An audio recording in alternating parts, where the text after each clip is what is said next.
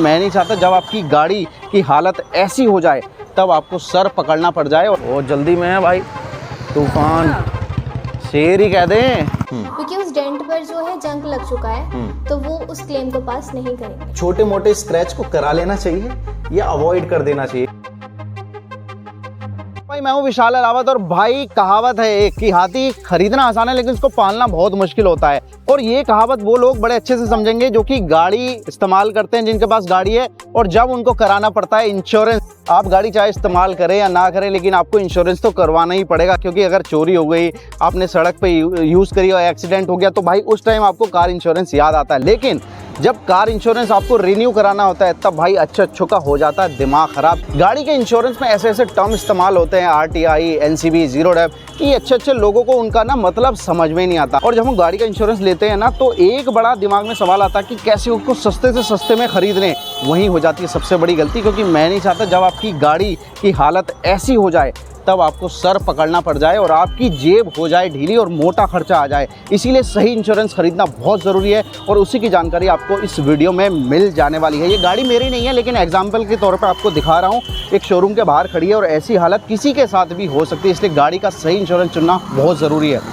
तो दोस्तों फिलहाल सीन ये है कि मेरी खुद की गाड़ी का इंश्योरेंस होने वाला है ख़त्म कल, इसलिए रिन्यू तो वो कराना है। अब उसको रिन्यू कराने के कई सारे तरीके थे, मैं ऑनलाइन भी करा सकता था लेकिन मैंने चुना ऑफलाइन तरीका, ताकि मैं ऑफिस जाऊं, उनसे पहले पूरी डिटेल लूं कि कैसे इंश्योरेंस लेना चाहिए और उसके बाद अपने लिए सही इंश्योरेंस चुनूं। तो मैं पहले आया था नोएडा सेक्टर 5 में, जहां पर मारुति का पहले शोरूम वगैरह हुआ करता था, लेकिन अब यहां आके पता चला कि उस शोरूम को सेक्टर 63 में शिफ्ट कर दिया है, यानी विपुल मोटर्स के नाम से है।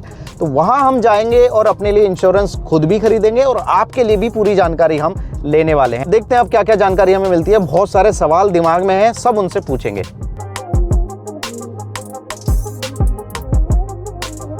भाई हम आ गए हैं मारुति सुजुकी की डीलरशिप पे, अपने लिए भी इंश्योरेंस खरीदेंगे और ये भी जानेंगे कि कैसे सही इंश्योरेंस चूज करेंगे। इनसे बात करेंगे, वैसे तो अलाउ नहीं है फिर भी हम कोशिश करेंगे, इनसे रिक्वेस्ट करेंगे कि हमसे बात करें और हमें जानकारी दें। तो चलो अंदर चलते हैं।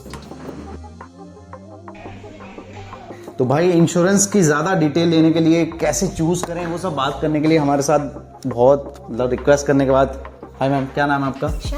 प्लीज माइक लगा लीजिए। सो मैम, बहुत लोग कंफ्यूज रहते हैं कि वो कार इंश्योरेंस लेना चाहते हैं लेकिन वो चूज कैसे करें, इतनी सारी कंपनियां रहती हैं, कैसे चूज करे कोई? सर सॉल्वेंसी रेशियो के अकॉर्डिंग आप चूज कर सकते हो कि कौन सी कंपनी बेटर है। वो क्या होता है मैम? सॉल्वेंसी रेशियो ये रेटिंग होती है हर कंपनी की, क्लेम की या सर्विस की, जो भी कह सकते हो आप, कि वो अगर 100 ग्राहक आए तो उसमें से कितने प्रतिशत लोगों का क्लेम उन्होंने किया है, पास किया है, ऐसा करके। ठीक है। अब उसमें ना बहुत सारे टर्म्स होते हैं, NCB, RTI, first party, zero dep, इनका क्या मतलब होता है?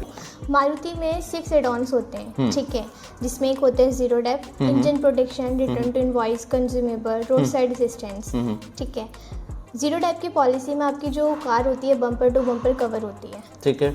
Second, engine protection. Engine protection में क्या होता है, आपका सिर्फ 2 केस में कवर होता है ये। पहला, बारिश के पानी से इंजन सीज हो जाते हैं उस केस में, दूसरा फ्यूल सीजिंग की वजह से। ठीक है। बाकी अगर नॉर्मल एरिया में अगर आपको लगता है कि यहाँ बारिश वगैरह नहीं है तो फिर वो यूजलेस, आप उसको ऐड कर रहे हो। ठीक है। एक्सीडेंटल केस में जीरो डेप की पॉलिसी में इंजन प्रोटेक्शन कवर रहता है ऑलरेडी आपका।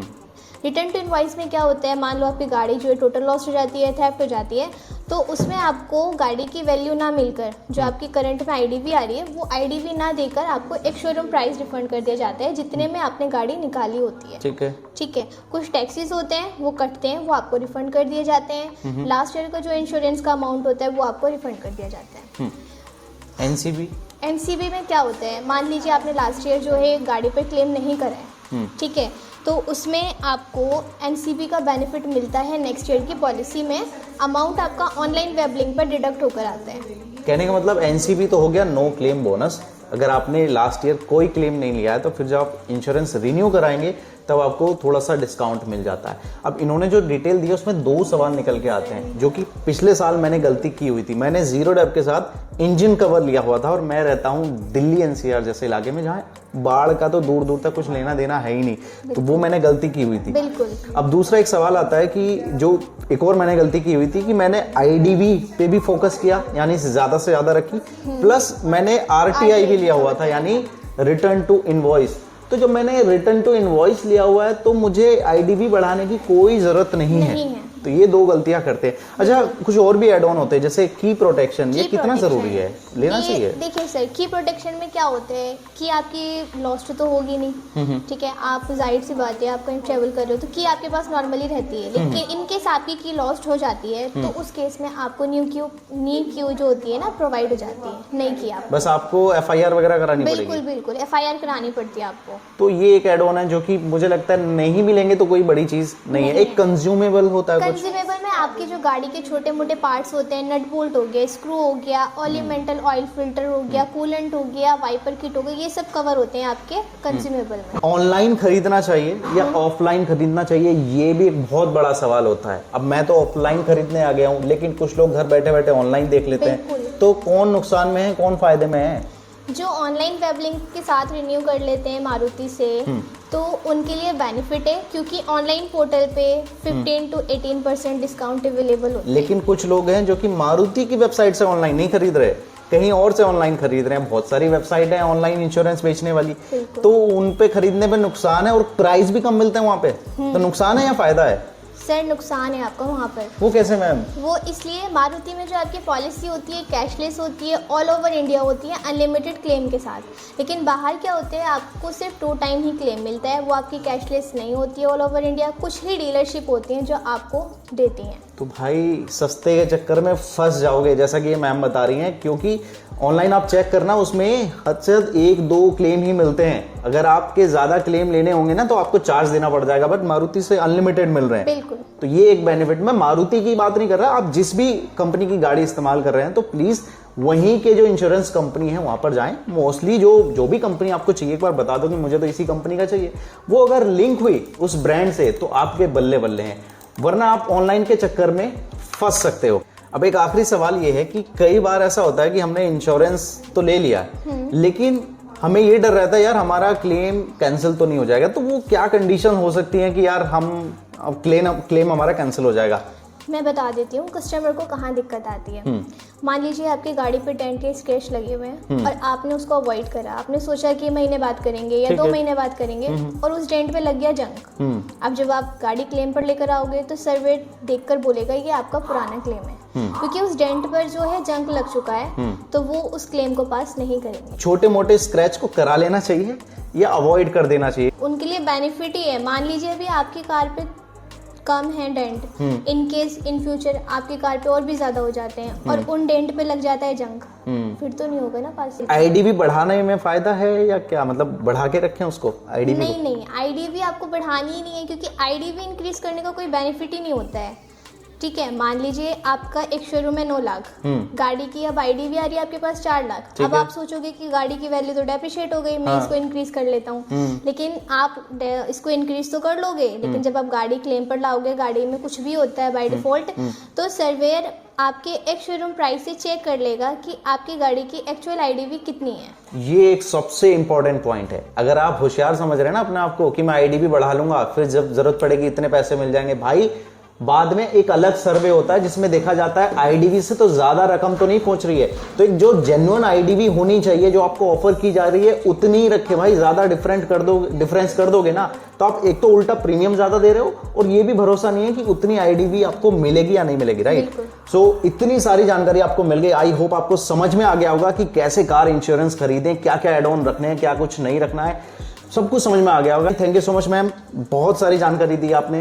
तो भाई पूरी डिटेल लेने के बाद और इनसे काफी मोल भाव करने के बाद हमने भी आखिरकार इन्हीं से अपना इंश्योरेंस करा लिया, जो कि हमें लगभग 22,600 रुपए का पड़ा है। सारी डिटेल आगे दिखाता हूँ। तो भाई जो हाल आपको अस्पताल के मुर्दाघर में देखने को मिलता है ना, वही हाल आपको देखने को मिलेगा यहाँ वर्कशॉप में। ये देखो, एक से एक टूटी हुई गाड़ी खड़ी है।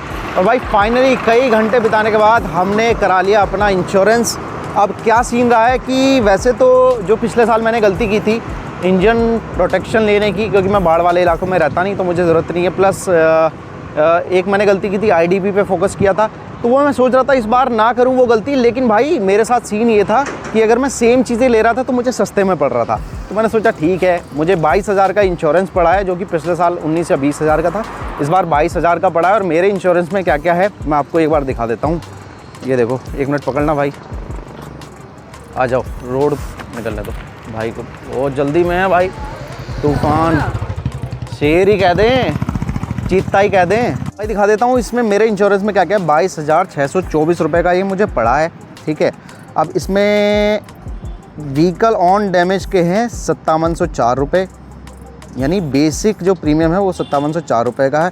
इसके बाद क्या क्या ऐड ऑन है भाई, ऐड ऑन कवरेज पहला है ज़ीरो डेप, जिसको हम बोल देते हैं, 4500 रुपये का। इसके बाद इंजन प्रोटेक्शन 1000 रुपये का। इसके बाद है इनवॉइस प्रोटेक्शन, जिसको हम RTI बोल देते हैं, 2785 रुपये का।